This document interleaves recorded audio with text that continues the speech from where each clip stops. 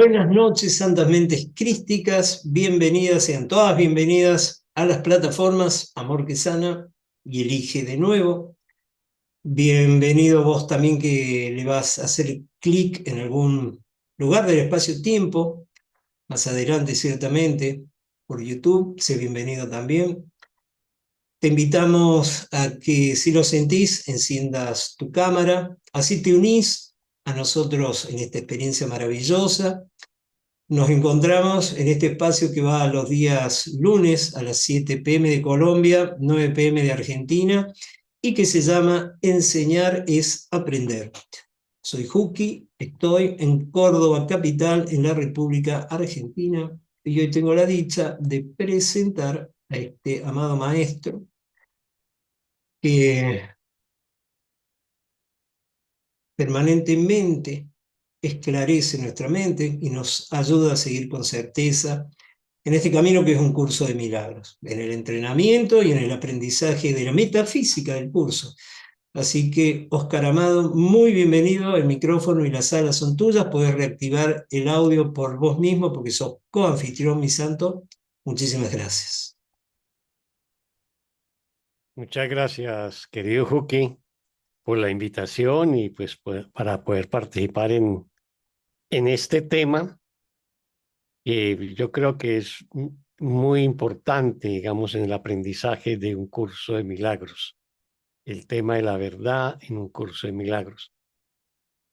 Así que pongamos en manos del Espíritu Santo esta sesión para que nos guíe, nos ilumine y podamos transmitir lo mejor que podamos dar este día.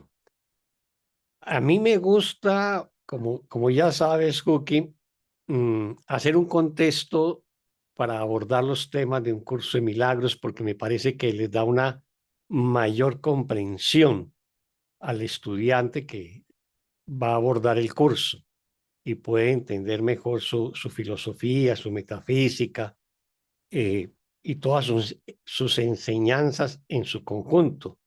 Por ejemplo, en una vez pasada, en esta misma plataforma, dictamos una charla sobre la Biblia y un curso de milagros y veíamos por qué el curso tenía ese lenguaje cristiano, pese a que su metafísica es universal, y qué tomaba de la Biblia para reafirmarlo o para reinterpretarlo, y también qué no tomaba, qué cosas no incluía en la reflexión de un curso de milagros que se encuentra en la Biblia. O sea, no recoge toda la Biblia, sino algunas partes que consideran que son esenciales para el propósito de las enseñanzas de un curso de milagros.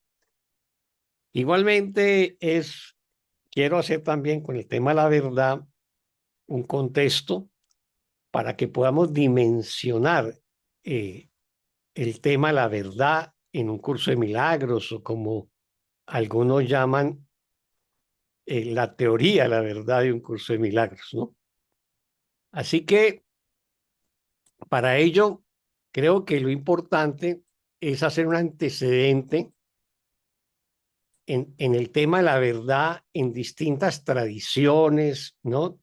Como la filosofía clásica griega o la filosofía moderna o la ciencia o las distintas religiones que han abordado el tema de la verdad desde distintas ópticas, ¿no? Y creo que vale la pena repasar algunas que han sido muy importantes y que han tenido un impacto durante el tiempo. Y vamos a ver que algunas se aproximan a lo que propone el curso de milagros como la verdad, otras evidentemente van a estar completamente distantes, pero es importante como conocerlas, saber de ellas para poder mm, a partir de esas diferencias, de esos contrastes, pues poder conocer en profundidad el planteamiento de la verdad que hace un curso de milagros, ¿no? Así que mm, veámoslo un poco en la filosofía griega, ¿no? Muy sucintamente, ¿no? Eh, para la filosofía griega, la verdad se entendía como la correspondencia entre el pensamiento y la realidad. O sea, ¿cómo se correspondía a eso? Había que decir que los filósofos presocráticos, o sea, antes de Sócrates, en la filosofía griega, hay un antes y un después de Sócrates, un poco como en el mundo cristiano hay un antes y un después de Jesús, ¿no? Entonces, los filósofos presocráticos se esforzaron por encontrar un principio fundamental de la realidad, ¿no? Ellos creían que era como la sustancia última de todas las cosas, como la única verdad absoluta, ¿no? Y de ahí podemos ver que ya en la filosofía presocrática, antes de Sócrates, había, digamos, eh, una concepción de la verdad que se aproxima mucho con la que vamos a ver con el curso de milagros. Ya posteriormente, los grandes filósofos como Sócrates, Platón y Aristóteles desarrollan teorías de la verdad o de la realidad que como que tienen desarrollos, ¿no? Y que se, como que se articulan unas con otras, sobre todo Sócrates con Platón. Sócrates consideraba que la verdad residía en el alma de cada ser, ¿no?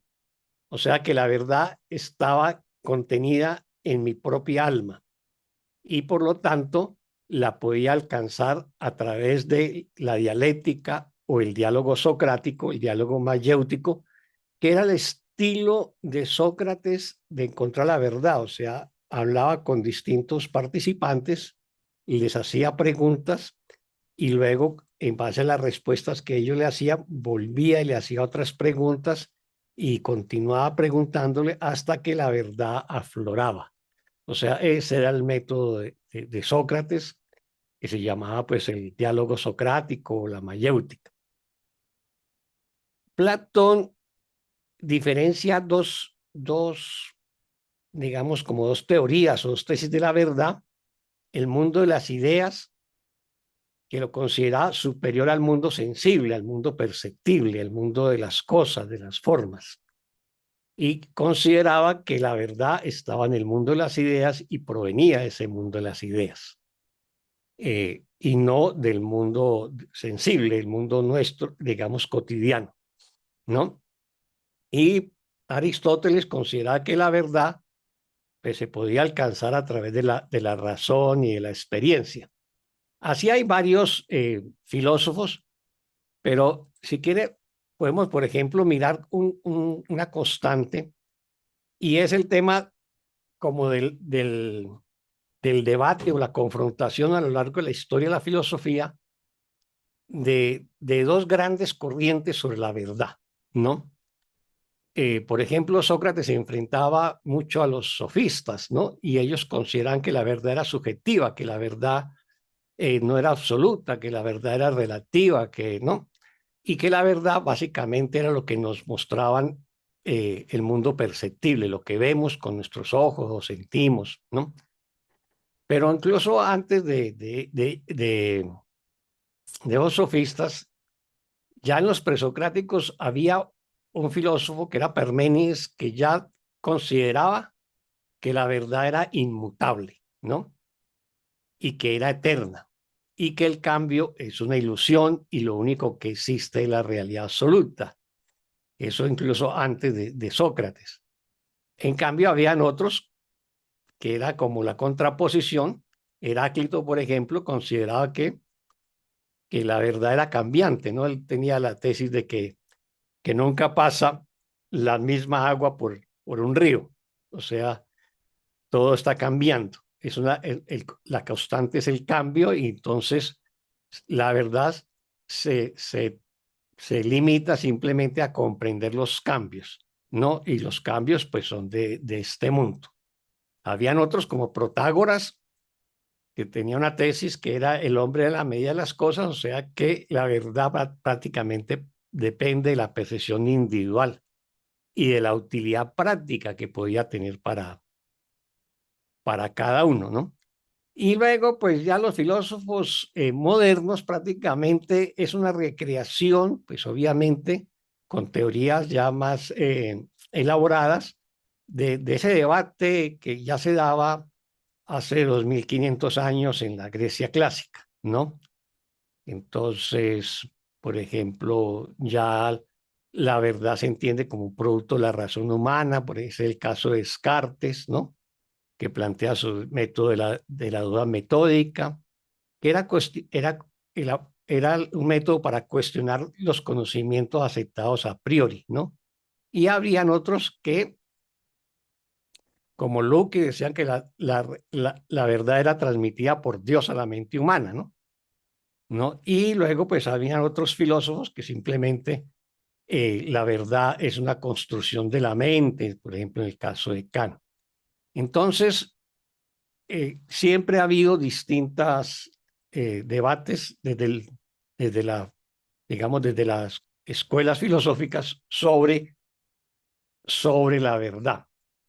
En la ciencia, pues a diferencia de la filosofía, pero apoyándose en la filosofía, eh, tiene básicamente dos grandes, eh, digamos, dos grandes expresiones sobre la verdad. Una de ellas es el de la, el de la correspondencia. Esa teoría de la verdad de la correspondencia ya estaba pues en Platón y en Aristóteles, que es que algo es verdad y solamente es verdad en la medida en que tiene que ver con eh, que se pueda confrontar con la realidad. O sea, yo planteo una teoría X, pero esa teoría se tiene que demostrar. Esa es la teoría de la correspondencia. Y había otra teoría, que es la teoría del consenso. Entonces, en la teoría de la correspondencia, por ejemplo, podemos decir la tierra redonda, ¿no? En la teoría del consenso es lo que acepta la mayoría. Entonces, esa aceptación de la mayoría por parte del, eh, eh, se considera la verdad. Por ejemplo, en el medioevo, en Europa, se consideraba que la Tierra era plana, ¿no? Ese era el consenso y esa era la verdad. O se consideraba que la Tierra era el centro del universo y el que planteara que la Tierra no era el centro del universo, sino que éramos parte de algo más grande. Por ejemplo, en nuestro centro era el Sol y luego pues, la galaxia, etcétera, pues la Inquisición le iba a cobrar con la vida semejante atropello contra esa verdad que sostenía la iglesia, por ejemplo, en esa época, ¿no? Recordemos cómo a Galileo Galilei le obligaron a retratarse y luego le obligaron a no volver a publicar nada ni expresar sus tesis en el sentido de que la Tierra giraba en torno al Sol y no el Sol frente a la Tierra. Entonces, esas teorías de la ciencia básicamente se plantean hipótesis y teorías, pero esas teorías luego tienen que ser demostradas a través de los experimentos, ¿no? Y en la medida en que los experimentos lo validen y se vuelvan constantes el mismo resultado, entonces se considera que es verdad. Eso es, por ejemplo, la teoría de la gravedad. Entonces, la teoría de la gravedad es que todo objeto que se deja caer, cae a la Tierra, ¿no? Eh, y eso está demostrado, pero esa teoría pues, nos va a permitir después desarrollar muchas cosas. Eh, Mirar el movimiento de los astros, poner satélite en el espacio, desarrollar la aviación, etcétera. Bueno, y luego está el tema de la verdad en las religiones. Ahora, en las religiones, nosotros tenemos básicamente las grandes religiones del mundo, las podemos clasificar en dos tipos de religiones. Las religiones por revelación y las religiones místicas o de experiencias místicas. Las religiones por revelación, pues tenemos básicamente el judaísmo, el cristianismo y el islam.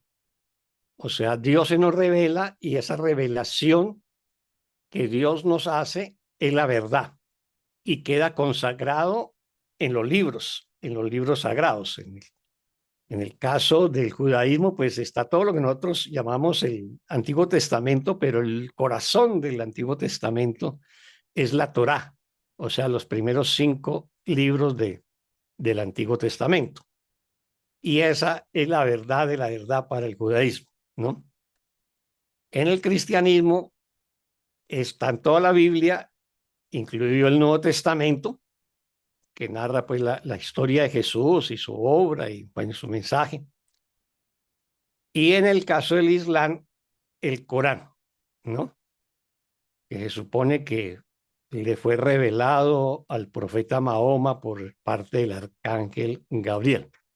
Entonces, esas son las religiones por revelación y la verdad es lo que Dios reveló a través de los profetas y que se plasmó en los libros sagrados. Por eso, si alguien va a la iglesia, por ejemplo, va a la iglesia, hacen la lectura de un pasaje de la Biblia y luego terminan diciendo palabra de Dios, ¿no? O sea, esa es la ley, esa es la verdad, ¿no?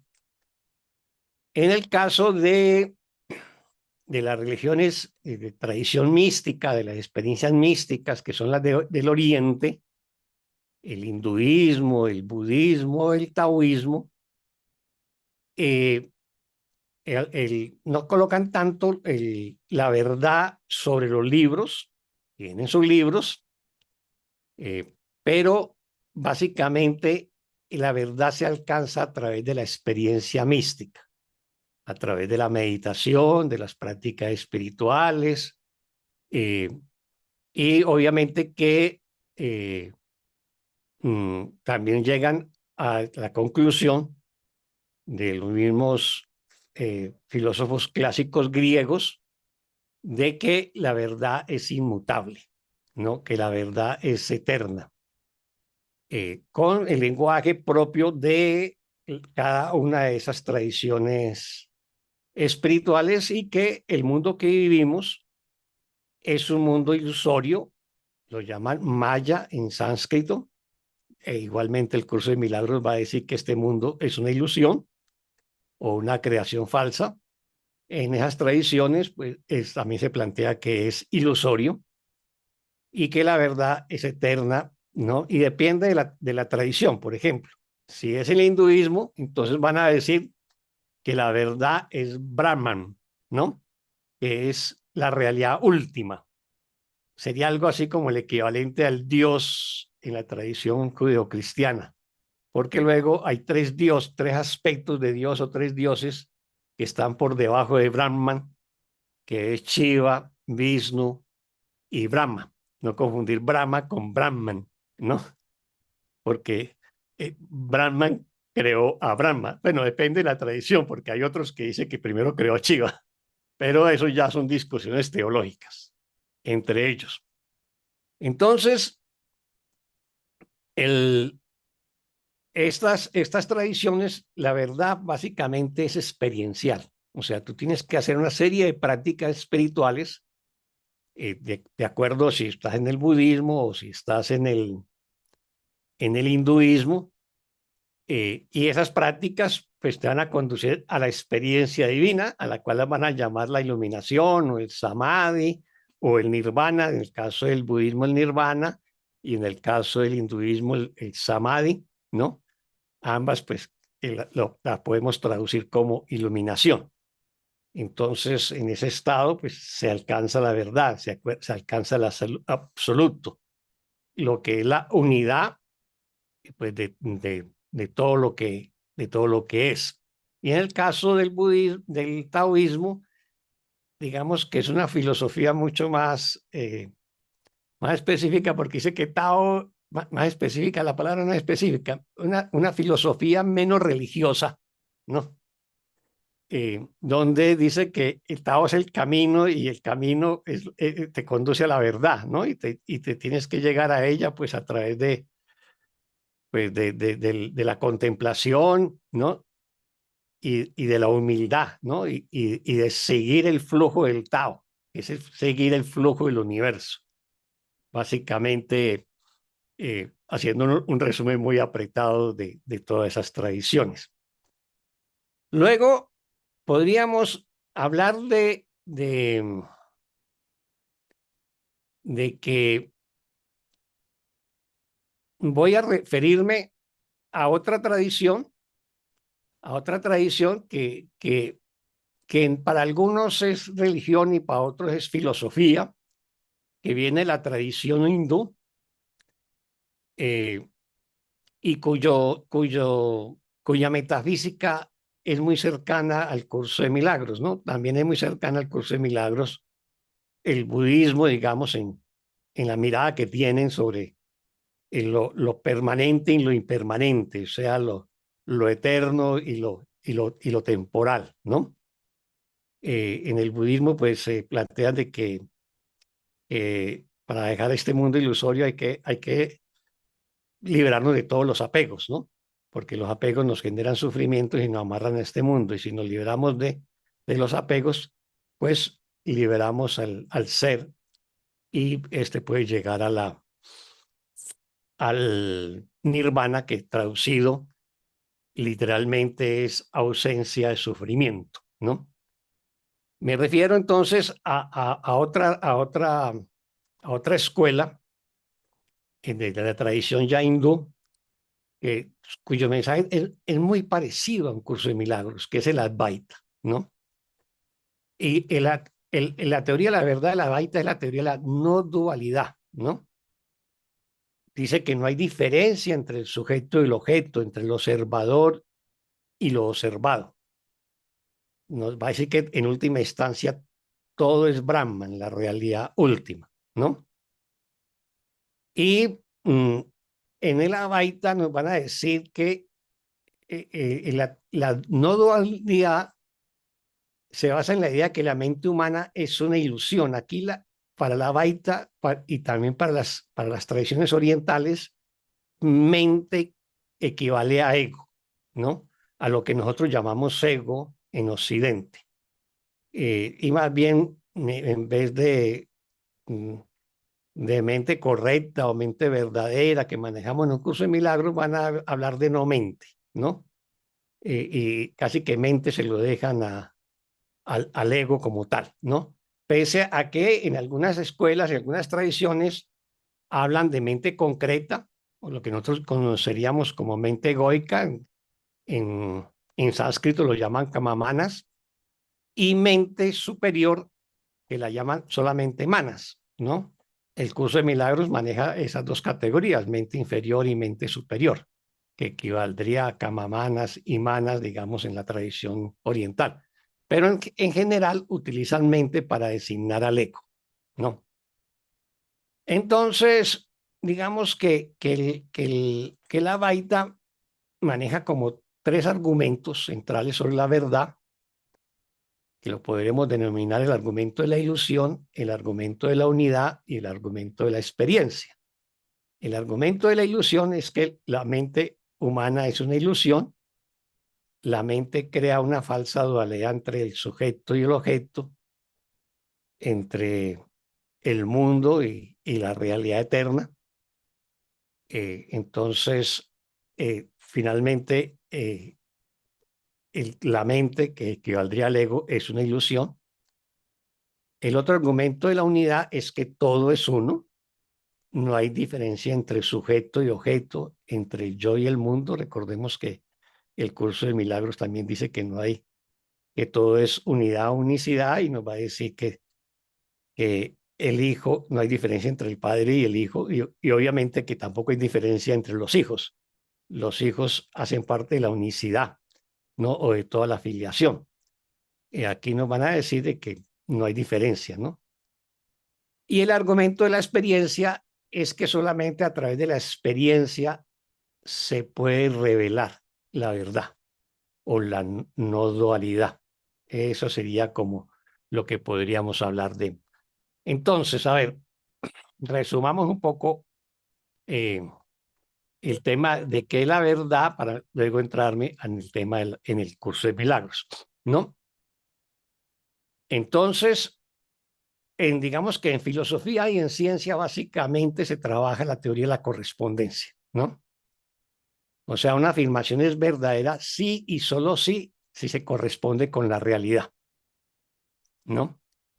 Entonces, si decimos, por ejemplo, como ya coloqué el ejemplo, la Tierra es redonda, si se plantea esa teoría, pues hay que demostrarla, ¿no? Entonces, pues la ciencia ya ha demostrado que la Tierra no es plana, sino que es redonda. Y la otra teoría, que es la del consenso, que es lo que la mayoría de la gente cree, por ejemplo, que la Tierra era plana, eso lo creía la gente, o que la Tierra era el centro del universo, eso lo creíamos en siglos pasados, ¿no? Realmente la teoría del consenso es básicamente el sistema de creencias en el mundo, ¿no? Y luego, pues, el método científico que básicamente lo que hace es hacer una serie de investigaciones y experimentos y si esos experimentos generan el mismo resultado, entonces se establece que eso es verdad, ¿no? Y que la ciencia nunca va a tener no va a reconocer nunca una verdad absoluta, sino que, digamos, hay un proceso de evolución donde se aproxima a la verdad, pero nunca dicen que esta sea una verdad absoluta. Por ejemplo, eh, Isaac Newton desarrolló pues todas las leyes de la gravedad y la mecánica, la física, pues, la física mecánica de los cuerpos celestes y toda cosa, y eso era la verdad en física durante casi 3 siglos, hasta que llegó Einstein a principios del siglo XX y desarrolló la teoría de la relatividad y desbancó, digamos, eh, a Newton, pues como el gran padre de la física, y luego el gran padre de la física moderna pasó a ser Einstein con sus teorías de la relatividad. Y así sucesivamente sucede pues con las teorías en la ciencia. O sea, la ciencia siempre va a decir que no hay una verdad absoluta, sino que hay unas aproximaciones a la realidad, a la verdad, ¿no? Y que cada vez que la ciencia avanza, pues se aproxima, pero pues nunca va a llegar a ello, ¿no? Entonces, ¿cuál es el tema de la teoría de la verdad en un curso de milagros? Antes de entrar a eso, me tomo.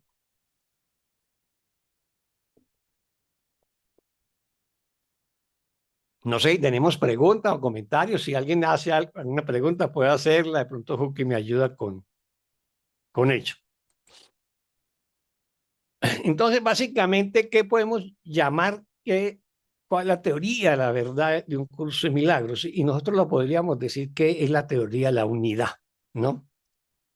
Nos va a afirmar que todo es uno, que no hay separación entre el sujeto y el objeto, o entre el observador y el observado, hablando en términos filosóficos, que es lo mismo de decir que no hay diferencia entre el Padre y el Hijo, ¿no?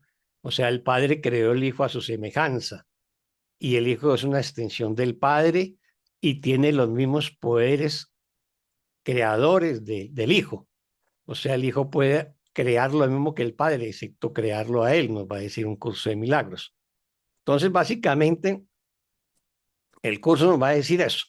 Es la teoría de la unidad y lo va a llamar en algunos pasajes unicidad, ¿no?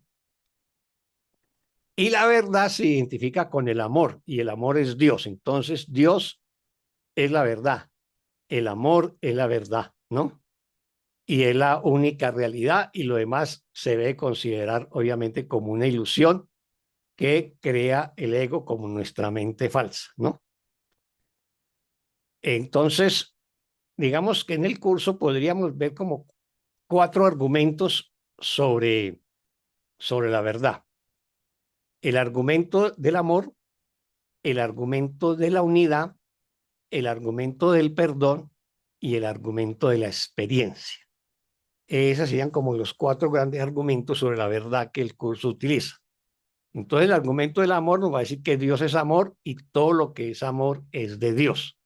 O sea, no existe ninguna expresión de amor que no sea de Dios, ¿no? Así que el amor es la única realidad y todo lo demás que no sea amor es ilusión. Por lo tanto, la verdad es amor. Y el amor es lo que nos une a todos y lo que nos permite experimentar la unidad con Dios. Eso sería el argumento del amor. El otro argumento, el de la unidad, pues ya también lo hemos mencionado, que todo es uno, ¿no? O sea, eh, somos parte de la totalidad, Dios es la totalidad y nosotros somos parte de la totalidad y no estamos separados. La creencia en la separación para el curso es eso, una creencia, y eso es lo que nos hace creer que estamos separados de Dios y estamos separados de la verdad y estamos separados de nuestros hermanos y en conflicto con ellos. Prácticamente toda la enseñanza del curso lo que busca precisamente es que sanemos la creencia en la separación y en la medida en que vamos sanando la creencia en la separación, que se expresa como culpa, como miedo, como conflicto, como resentimiento, vamos unificando nuestra mente y nos vamos unificando con la totalidad de lo que somos. El argumento del perdón es esencial, ¿no? Ahí en la lección 192 hay una oración que es muy contundente y nos dice, el perdón es el medio por el que se puede erradicar lo que no es verdad. O sea, ¿para qué nos sirve el perdón en un curso de milagros? ¿O para qué se diseñó el perdón dentro de un curso de milagros? Con un solo propósito, erradicar lo que no es verdad en nosotros, erradicar todo lo que es ilusorio, todo lo que nos aleja de la verdad o del amor. Y por lo tanto, eso es lo que perdonamos. Entonces, en esa perspectiva, el perdón es el proceso en el cual nosotros podemos ver la verdad, ¿no? Que es amor, que es unidad sin opuestos. El perdón en ese sentido es el camino a la verdad, es el instrumento para llegar a la verdad. Y la verdad es el camino a la liberación, o sea, va a haber una interrelación entre perdón y verdad. O sea, a medida que perdonamos, nos acercamos a la verdad, ¿no? Pero en la medida que conocemos la verdad, pues obviamente que nos va a conducir a la unidad y por lo tanto, pues al fin de todo tipo de sufrimiento en este mundo. O sea que el perdón es lo que nos libera de todas las creencias erróneas que nos impiden experimentar el amor y la paz, ¿no? Ese es digamos que el argumento del perdón. Y el cuarto argumento que, que creo que se debe considerar el argumento de la experiencia. O sea, el curso de milagros siempre nos va, o sea, es un texto, pues, mm, eh, muy denso, pues tiene como 1600 o 1700 páginas ya con la edición completa que tiene los anexos. Eh, y el libro del texto, pues es un libro también muy denso, de como 750 páginas, donde está expuesta prácticamente toda la metafísica del curso. Y esa metafísica se centra mucho en hablarnos de la verdad, ¿no? En hablarnos de la verdad. Pero eh, esos racionamientos y esas reflexiones, esas explicaciones que recurre pues, al lenguaje bíblico, pero también recurre a la filosofía clásica griega y a la lógica aristotélica con sus proposiciones lógicas o con sus silogismos, etcétera, tiene un propósito y no es un propósito intelectual que conozcamos la verdad conceptualmente, pese a que la explica conceptualmente, sino que es esa explicación conceptual nos tiene que llevar a la convicción de que debemos experimentarla. Y para eso, pues el curso diseña el libro de ejercicios y la práctica del perdón. Entonces, solamente es a través de esa experiencia directa que la verdad se nos revela.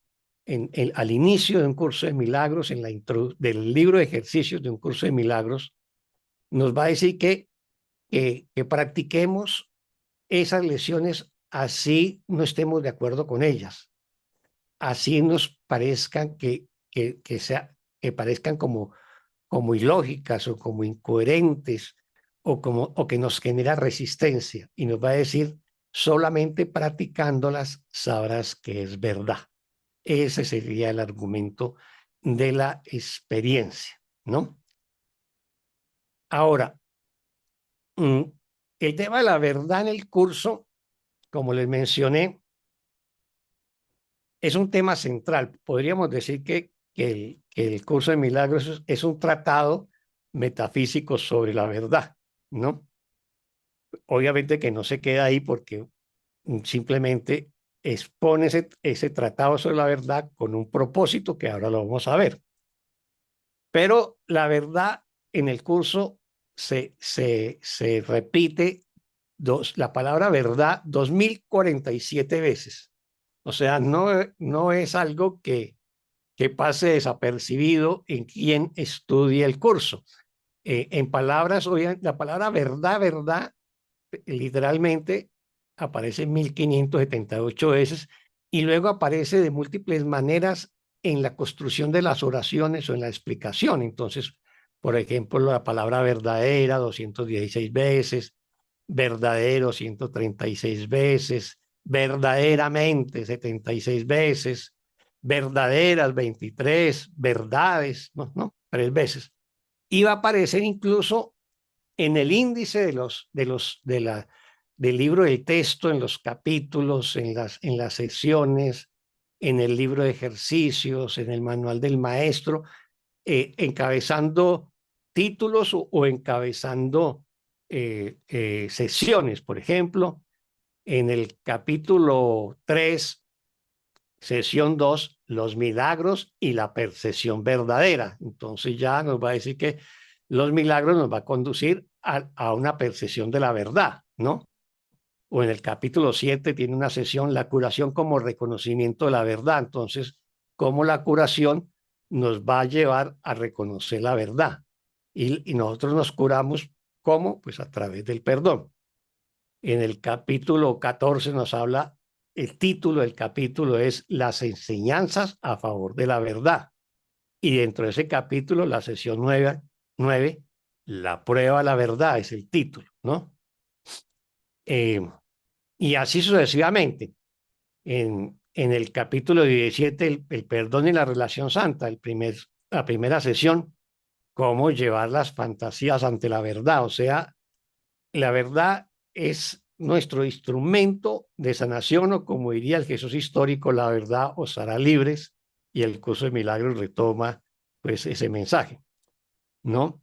O en el capítulo 25, sesión 1, el vínculo con la verdad, ¿no? Eh,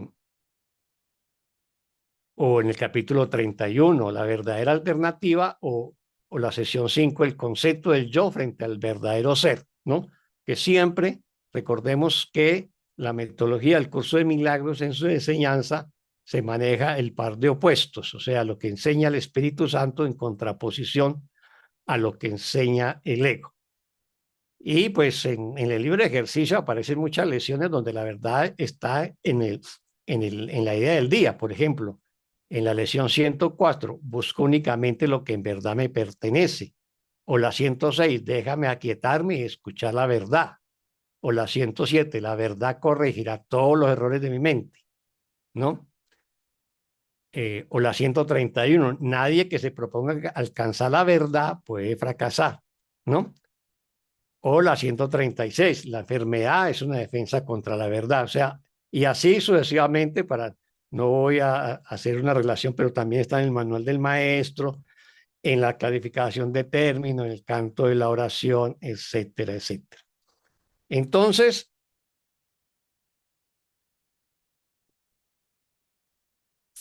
avancemos sobre cómo define un curso de milagro la verdad.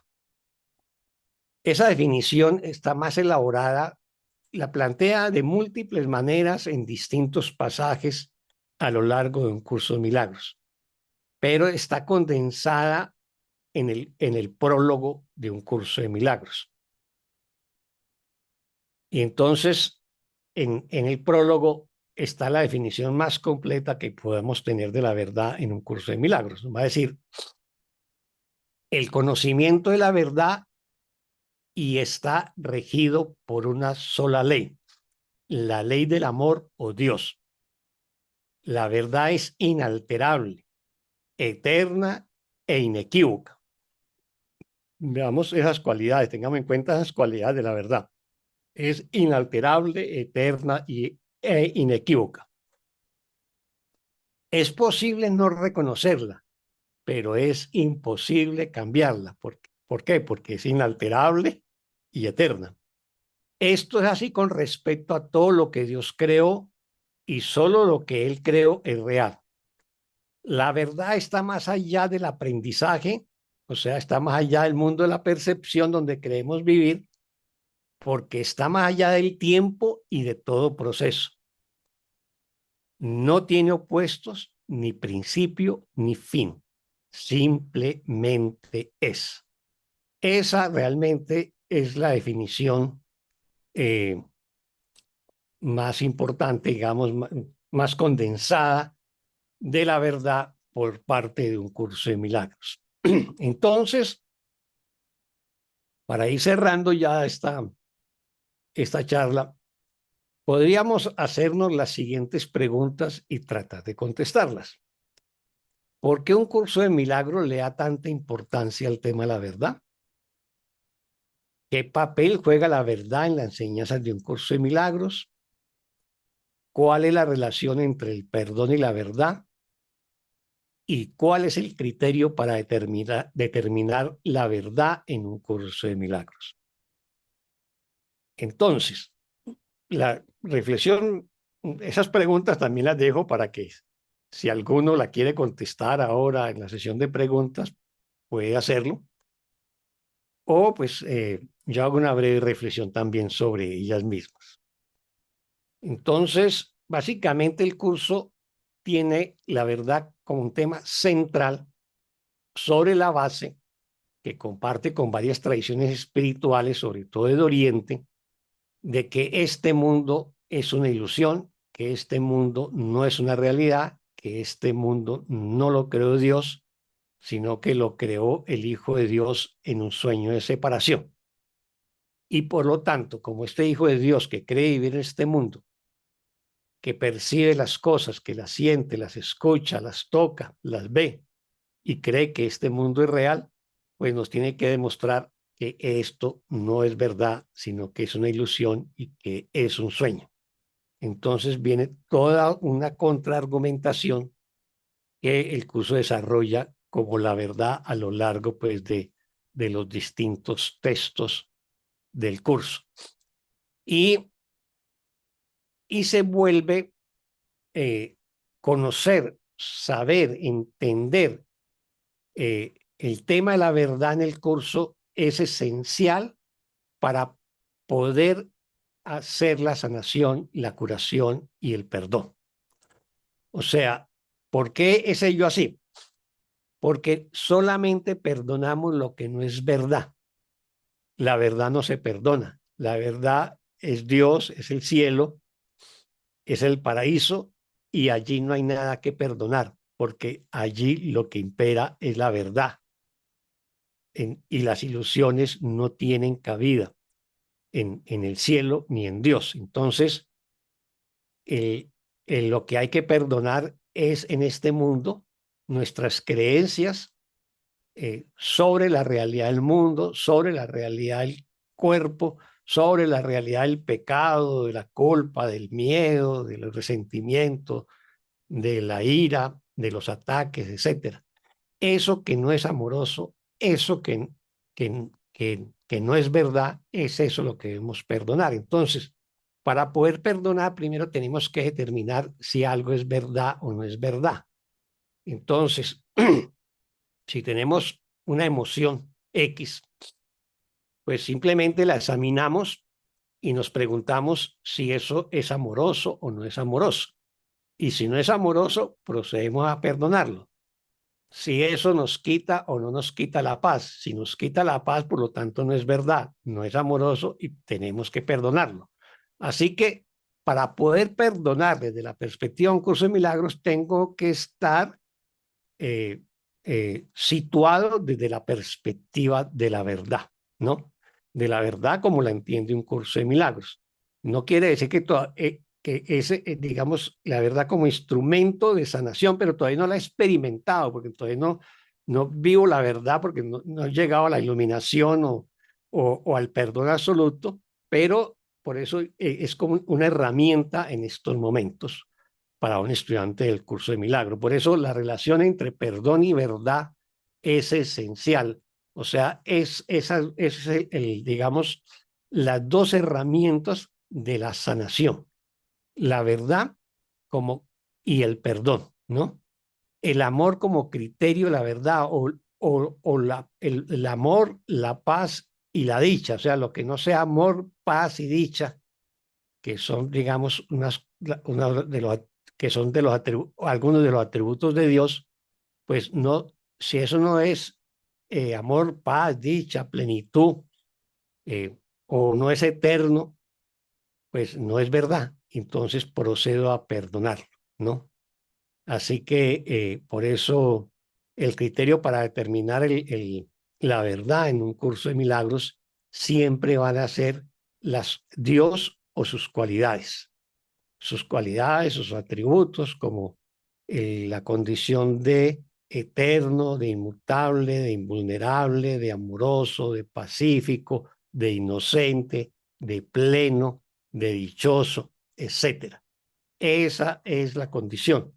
Si no entendemos o no comprendemos, eh, digamos, la propuesta de verdad que nos hace un curso de milagros, es muy difícil eh, hacer una buena práctica de perdón. Y si no hacemos una buena práctica de perdón, pues no nos vamos a curar ni vamos a conquistar la paz. Yo lo dejaría hasta aquí para no alejarme más, no alargarme más, perdón, y dejaría un espacio para preguntas o comentarios. No sé si así lo consideras, Cookie, y muchas gracias. Eh, claro que sí. Podemos utilizar el chat o también levantar la manito virtual y les reactivamos el micrófono. El micrófono. Dice Nelly, perdón, ¿dónde está la última cita, por favor?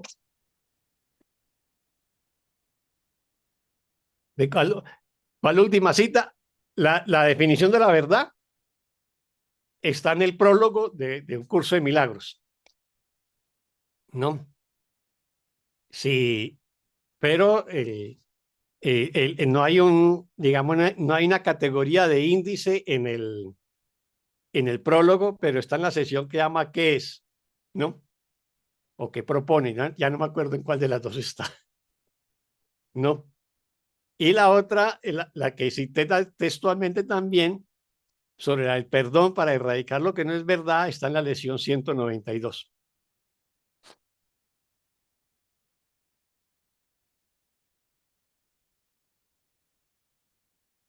¿Alguien más? Siéntanse en total libertad de preguntar, de comunicar cualquier inquietud, porque eso enriquece muchísimo la enseñanza. Te mando felicitaciones, maestro. Excelente. Gracias, Cookie, con mucho cariño. Espero que les haya podido dar una pincelada sobre el tema de la verdad y cómo llega el curso de milagros. Si se dan cuenta, mm, si se dan cuenta, eh, el curso de milagros, en cierta manera, bebe de todas las tradiciones espirituales y recoge muchos temas de ellas. Cuando hice referencia, por ejemplo, a algunos filósofos griegos, casi que la teoría de la verdad del curso es muy igual a ellos, o en el Advaita, o el hinduismo, o el budismo, ¿no? Así que a partir de allí podemos ver similitudes y diferencias con otras tradiciones, mas sin embargo, pues nos interesa sobre todo resaltar las similitudes, ¿no? Porque, como dice el curso de milagros, en el prólogo, si bien es cierto, el curso está escrito en un lenguaje cristiano, que es una limitación porque abarca un segmento de este planeta, de este mundo, que es lo que llamamos el mundo occidental o el mundo cristiano, nos va a decir más sin embargo, sus enseñanzas tienen un alcance universal. Y si la miramos con otras tradiciones, así es.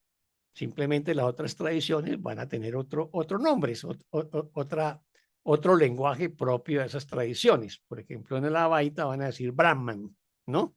Para decir, referirse a Dios o la realidad última.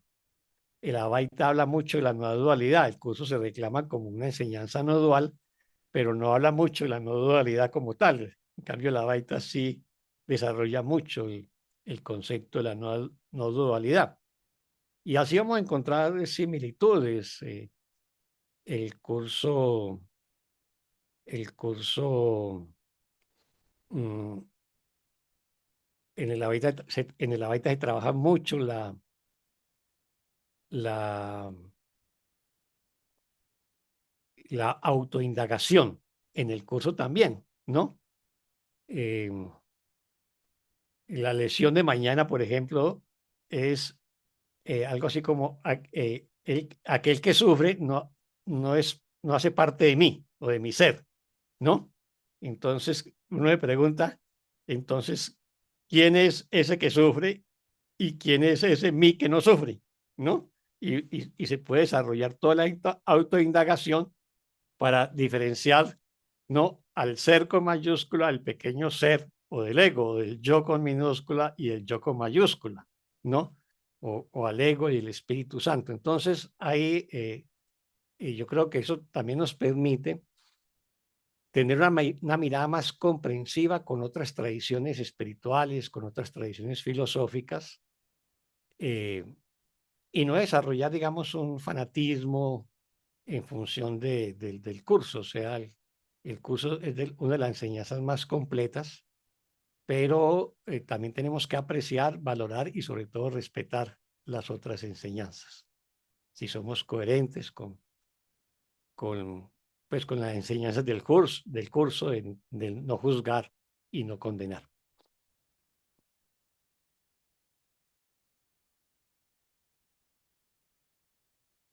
¿Alguien más, hermanitos?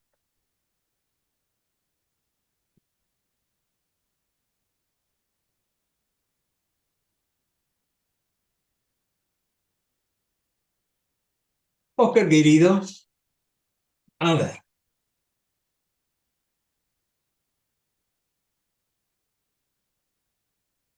Nelitamente expresada.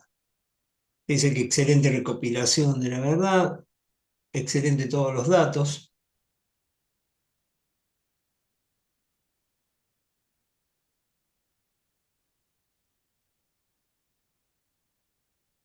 Muy bien, si no quedan dudas, si no hay más preguntas, los invitamos.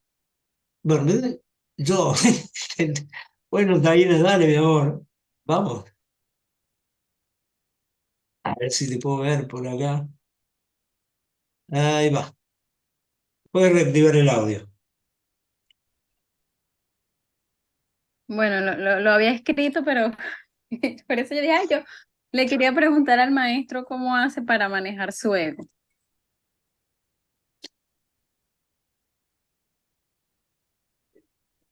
Pues yo diría que Pues como yo todos diría los que como estudiantes todos de los un curso de estudiantes de un curso de milagros, milagros, Díganme, maestro. pues Porque, perdonando y perdonando. maestro, No, porque Me ha pasado, o sea, que sí, que como que lo logro ver y me mantengo muy vigilante y entonces, y realmente todo es un entrenamiento mental, como amorosamente dice el curso, porque uno, es más, empiezas a salirte como que de la historia de tu personaje y, ¿no? Las cosas como que son comunes del día a día y empiezas a tener pensamientos más trascendentes, ¿no? Modestia aparte.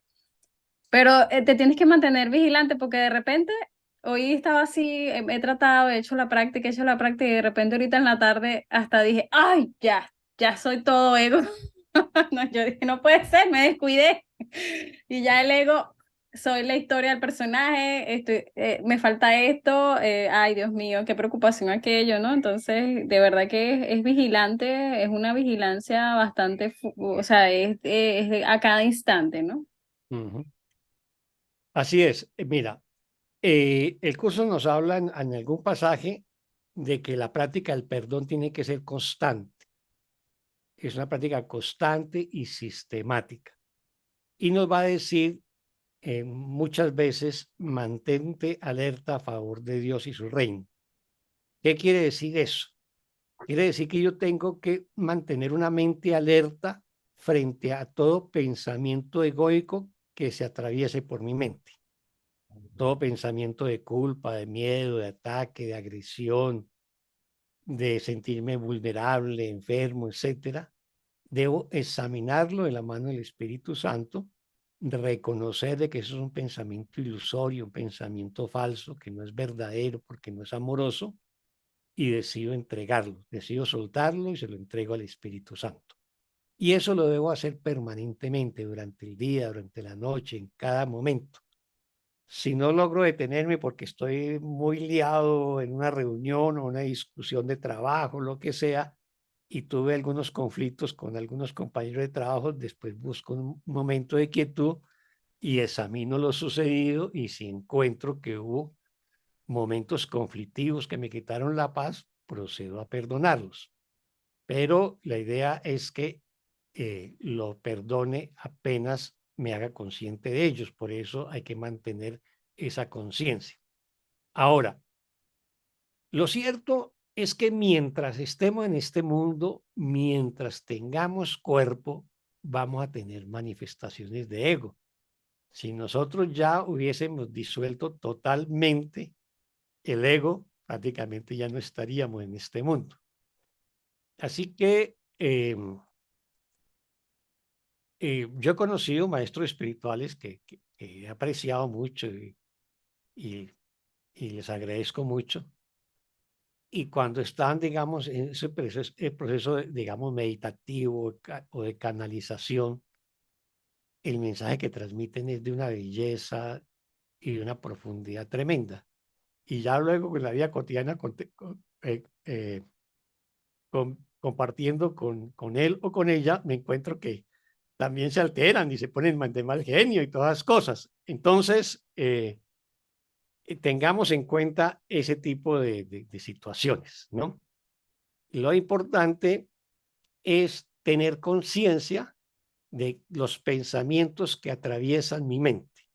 Si lo iríamos desde el budismo, simplemente meditamos y dejamos pasar todo lo que es impermanente, o sea, todo lo que es transitorio, todo lo que es temporal, y va a quedar únicamente lo que es permanente, lo que es eterno, ¿no? En el curso los dejamos pasar o los examinamos porque nos quitó la paz, como que lo traemos a la conciencia, los examinamos y nos decimos, eso no es verdad, ¿no?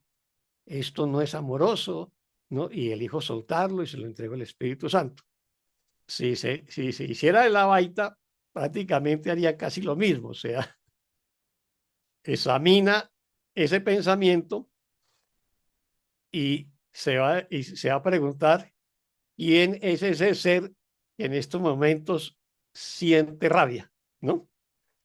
Y se va a contestar, ese no soy yo, con mayúscula, ese no es mi ser, mi verdadero ser. Y entonces lo suelta, ¿no? Que es como el método de autoindagación en el Avaita. Es muy parecido al curso, simplemente que el curso pues tiene, digamos, está imbuido en el lenguaje cristiano y tiene unos arquetipos cristianos como el Espíritu Santo, por decir algo, ¿no? Pero lo importante es tener una actitud consciente en nuestra mente. Se trata de eso, de estar consciente de qué es lo que estoy pensando, qué es lo que estoy sintiendo. Y en la medida en que soy consciente de ello, lo cuestiono. Lo cuestiono a partir de la verdad, o sea, a partir de si eso es de Dios o no es de Dios, si eso es amoroso o no es amoroso. Y tomo la decisión de no sostener más ese pensamiento o esa emoción en mi mente. Y eso lo hacemos todos los días, a toda hora y en todo momento, en todo lugar. Esa es nuestra tarea, o sea, el perdón no es una tarea transitoria en este mundo.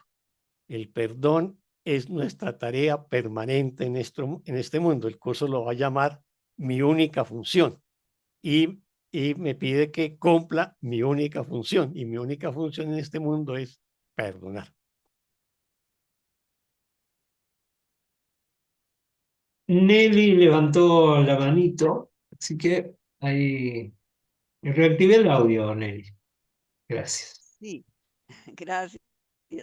Pues ya había bajado la mano porque me respondió el Santico, sino que pues me pareció excelente el planteamiento desde los orígenes y cómo nos fuiste llevando y cómo terminaste. Eso fue perfecto, me pareció y eso era lo que te iba a pedir si nos podrías repetir, porque es como que tú trajiste y luego, esto es lo que hay que hacer.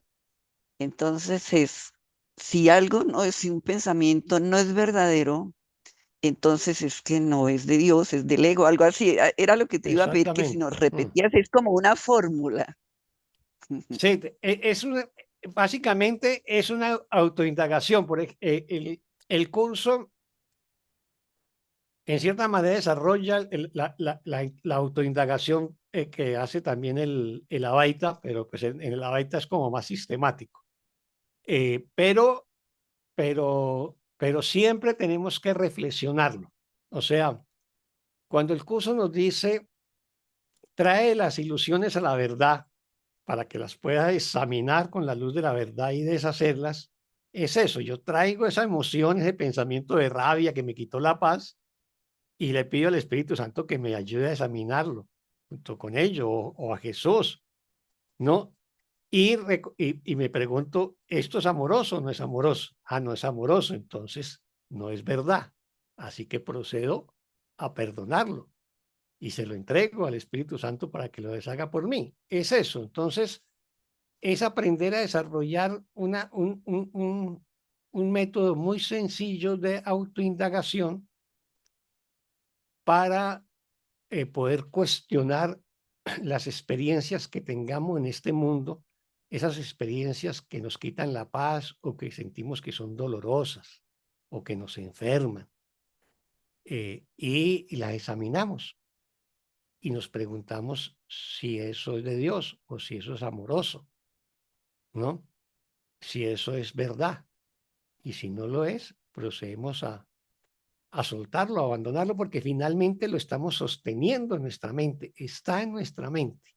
Así que si nosotros permitimos que entrara a nuestra mente, pues tenemos también la misma capacidad, el mismo poder y la misma voluntad para deshacernos de eso, de soltarlo, de abandonarlo, de no sostenerlo más o de descartarlo, que es otra de las palabras que el curso de milagros habla en relación con el perdón. Incluso la frase de la lección 192 habla es, el perdón es la manera de descartar lo que no es verdad, ¿no? O sea, uno descarta, eso no es verdad, entonces lo descarto, ¿no? Ese sería como el sentido.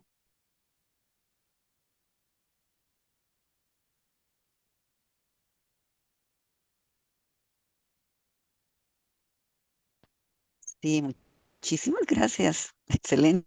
Con mucho cariño. Y si nos mantuviéramos así, no hay manera de que lo dejemos que agarre velocidad. porque nos vamos a mantener en paz todo el día, cada instante. Exactamente. El curso nos advierte que si nosotros bajamos la guardia, el ego recupera el terreno perdido, ¿no? Y yo Mm, lo digo por experiencia propia, ¿no? Eh, Mi relación con el curso en los primeros años fue una relación como conflictiva, que lo tomaba y lo dejaba y lo tomaba y lo dejaba, ¿no? Así que dejé de practicarlo y entré en una espiral de conflictos, ¿no? Tremendos que me llevaron nuevamente a volver al curso y a no soltarlo y no soltar sus herramientas, ¿no? mm. Se nos da todo. Ujú. Así es. Genial. Muchas gracias.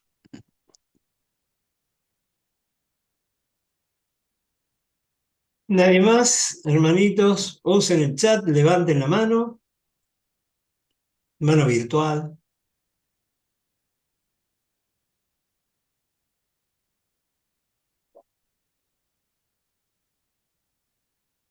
Bueno, Oscar, hermano querido, yo no me quiero despedir sin antes contar que este espacio, enseñar es aprender en realidad, lo abrimos para invitar a esos maestros, a ese maestro de un curso de milagros que todos llevamos dentro. Y alguna vez hay que animarse a hacer la práctica y alguna vez hay que animarse a la exposición y alguna vez hay que animarse a examinar la mente de uno cuando uno se está, de nuevo, exponiendo. Entonces, la invitación es que a cada uno de quienes conforman las dos plataformas, Amor que Sana y Elige de Nuevo, que se den a la experiencia, que se la permitan porque es fascinante. Si vivimos condicionados por la posibilidad de cometer un error, es muy difícil tener alguna experiencia bonita en la vida, directamente. Una experiencia real en la vida exige que nosotros salgamos de la zona de confort y soltemos el control.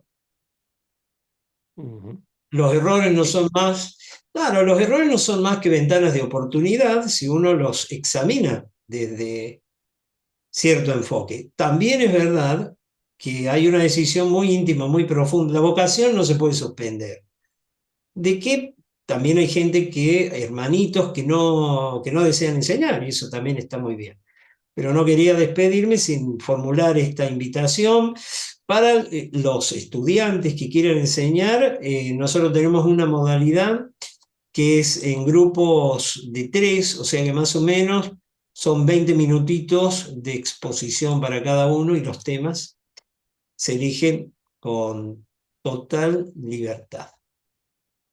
Yo quiero reiterar eso, reafirmar eso que acabas de decir, Juki. O sea, de que se den la oportunidad de exponer algún tema del curso de milagros en esta plataforma. Es una manera de aprender, como llama esta sesión, ¿no? Enseñar es aprender.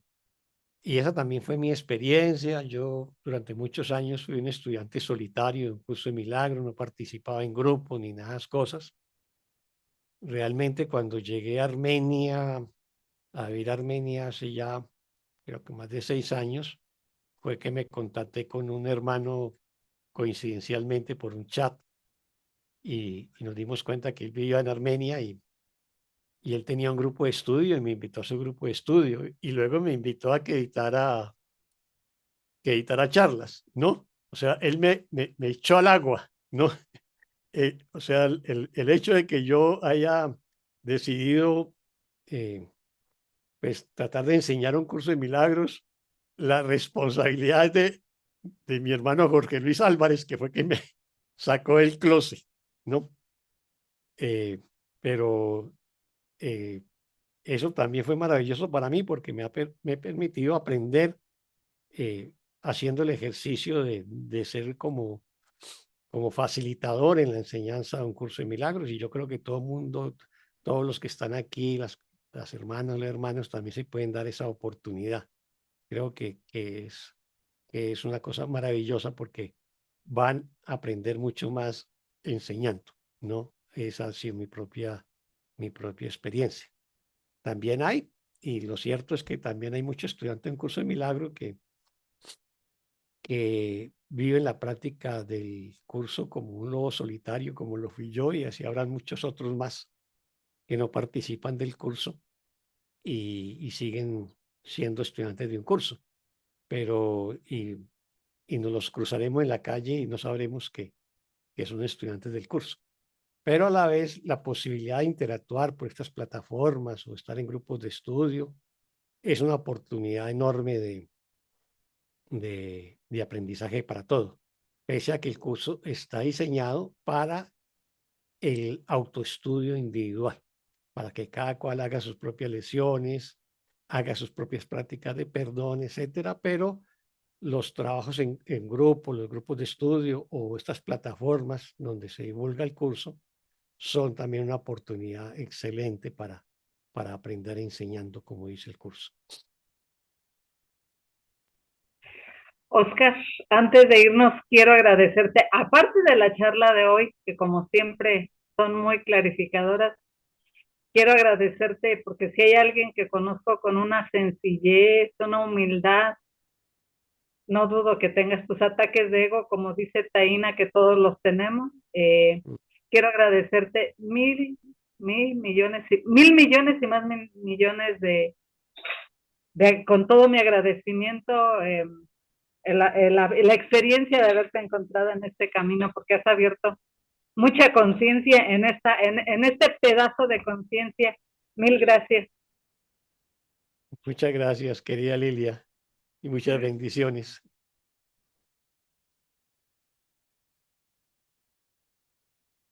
Así que, maestro, solo resta despedirnos. Sí, es que no hay nadie más ahí para preguntar algo. Los Yo invito. también quiero agradecerle a Oscar que, bueno, hace muchos años nos acompañamos y él siempre nos comparte su conocimiento y, como dice Lilia, su humildad. Y sin duda que el tema de hoy es muy importante porque me parece que al Hijo de Dios, cuando se quedó dormido, renunciamos a la verdad. Entonces, ¿cómo no va a ser importante la verdad? Porque todos sabemos los estados a los que alcanzamos por la incertidumbre que es la que vivimos permanentemente. Y vivimos en la incertidumbre porque no hemos olvidado la verdad, no porque no esté en nuestra mente, pero para poder recordar tenemos que perdonar. Y en eso estamos todos los que conocemos y amamos el curso de milagros. Así que muchas gracias, Oscar. Muchas gracias, querida Elia, y muchas gracias sobre todo, por aportar preguntando, ¿no? Porque las preguntas constantes de Lidia en el grupo de los miércoles permiten desarrollar temas que no estaban planteados y que pronto pues nos inquietan en la vida cotidiana y con esas reflexiones pues tratamos de profundizar un poco más en el conocimiento mismo del curso y de cómo abordar las situaciones que vivimos día tras día.